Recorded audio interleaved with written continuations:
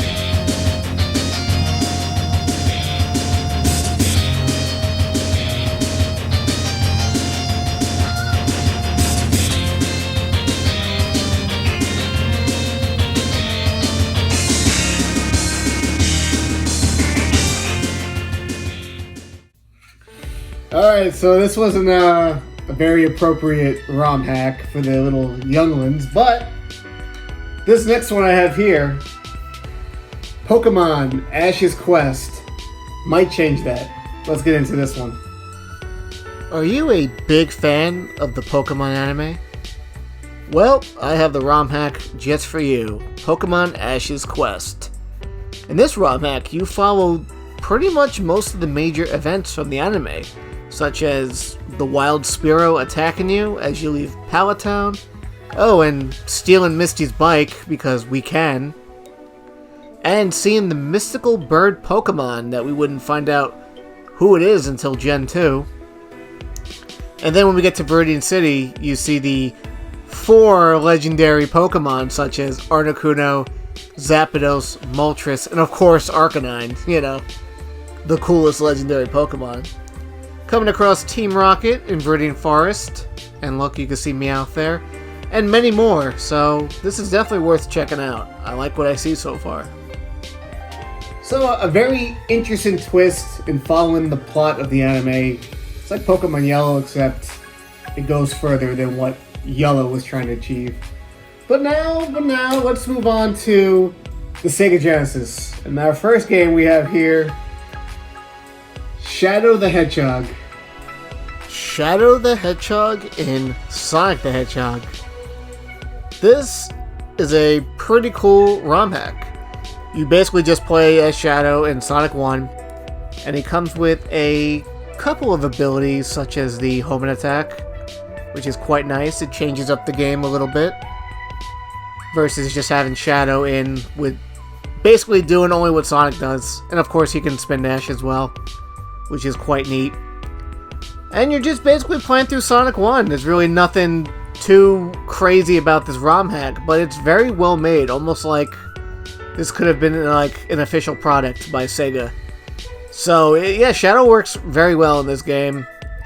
And I really like Sonic 1 ROM hacks. There seems to be a never-ending amount that you can find. And this one is no different. You know, you got a great soundtrack. Game is still visually pleasing to look at. When you got moments in Green Hill and Starlight Zone where you get that speed, it's really fantastic. Definitely check this one out.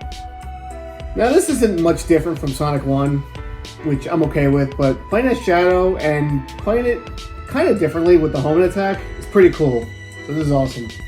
But next, we have my favorite game of all time, enhanced in a way where it should have been on release. We have Sonic the Hedgehog 3 Complete. Let's get into this one.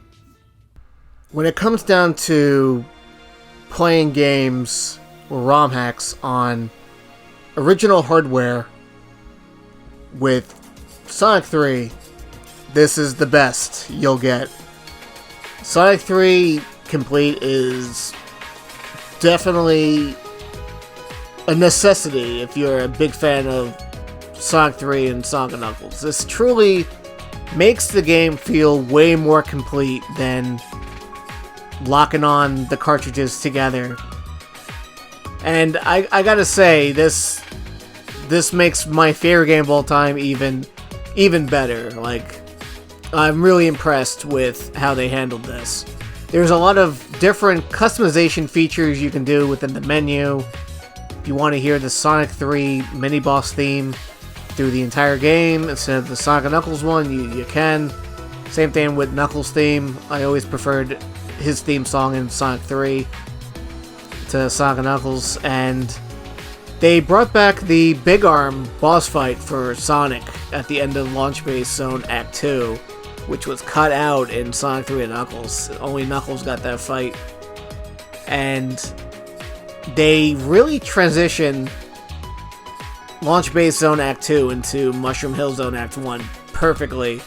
And it shows the Death Egg really like crashing back down on Angel Island. This ROM hack is amazing. I highly recommend it. It's the best way to play Sonic 3 on original hardware. I highly recommend it. So good.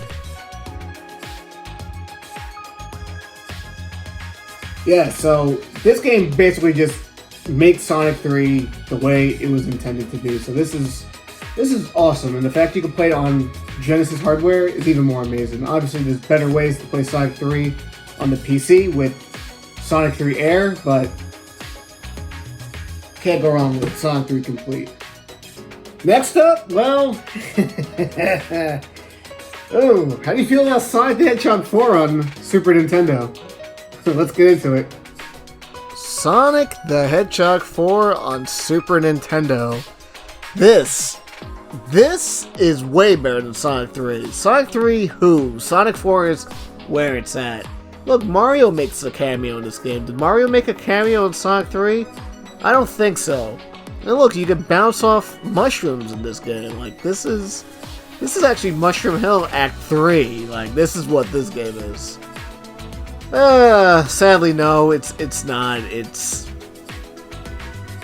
another Super Nintendo game replaced with Sonic, and Tails doesn't seem to be in this game whatsoever. I mean, maybe he is, but I didn't get past the first level. But yeah, this is Sonic 4. That's all I gotta say about it. It's a thing. Yeah, so Very interesting ROM hack. I believe the original game was a Speedy Gonzales on Super Nintendo, swapped out with Sonic. So, it's alright for what it is. But now, we get into something truly unique. With Super Mario Land on the Super Nintendo. This is a very wild... it's not even a ROM hack, it's its own thing. You'll see, let's get into this. Super Mario Land on the Game Boy was definitely a unique Mario game. It's also super short. You could definitely beat that in like 30 minutes or less. So to my surprise, my brother got me this remake, I suppose, on the Super Nintendo. And I didn't know what to expect when I popped it in, but I gotta say, I'm quite impressed. They were able to... I mean, it seems like they took assets from the new Super Mario Bros. Games and brought it down to the Super Nintendo, and it plays pretty good. I mean, the physics are a bit wonky, but you have the full Super Mario Land experience here with all the boss fights, and it kind of looks like 3D at times. I mean, look at the UFO floating around. That's pretty cool. I really like this a lot. It's really, like, it's something I wish Nintendo would do. Like, if they remade the Mario Land games, I think it would be pretty cool. It has great music, some good remixes, and I think it looks visually pleasing. Like, it's cool to see this engine, I guess, work on the Super Nintendo like this. So definitely check this one out. It's really cool.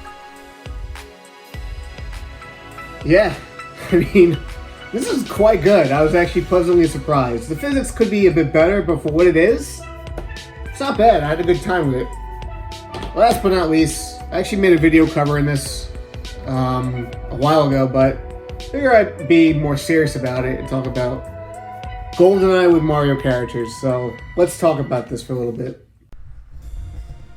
Quake, Duke Nukem 3D, and of course, GoldenEye are some of the earliest first-person shooters I played growing up as a kid. And of course, I was a big Mario fan. So, seeing this ROM hack, where you control Mario characters through these GoldenEye levels that I've gone through hundreds of times as a kid, it's quite a surreal experience. And even in the multiplayer, there's 3 different locations based on Mario environments from Mario 64, such as Peach's Castle and Bomb-On Battlefield. And it's crazy just fighting your friends on these maps that you play through hundreds of times in Mario 64. But this game is a blast. It's still fun. I really like GoldenEye. Yeah, sure, it hasn't aged the best, but I don't care. I grew up on this. I like it a lot. And this ROM hack kind of reinvigorated my interest in the game, despite it not being official. But this is definitely something you gotta check out, even if you gotta play it once with your friends, like at a party. It's a fun time. Check it out for sure. As you can see, we had a good variety of games here. We had some Pokemon, some Mario games, some Sonic. Very, very interesting games. Different in their own way. Some enhance the game, some is simply just a ROM hack with maybe a couple new features. But I gotta say, I'm happy I own some of these games. I think it's very cool, you know? It's amazing to see what the community can do when they have these crazy ideas. But do you own any ROM hacks or fake games physically? If not, which ones interest you, or which ones have you played on the internet? Let me know. And as always, this has been Sergmanx. Have a good one. Peace. If you enjoyed this video, give it a like and comment below your thoughts on today's topic. Please consider subscribing to the channel and hit that bell to be notified when the next Sergmanx video drops. Have a good one.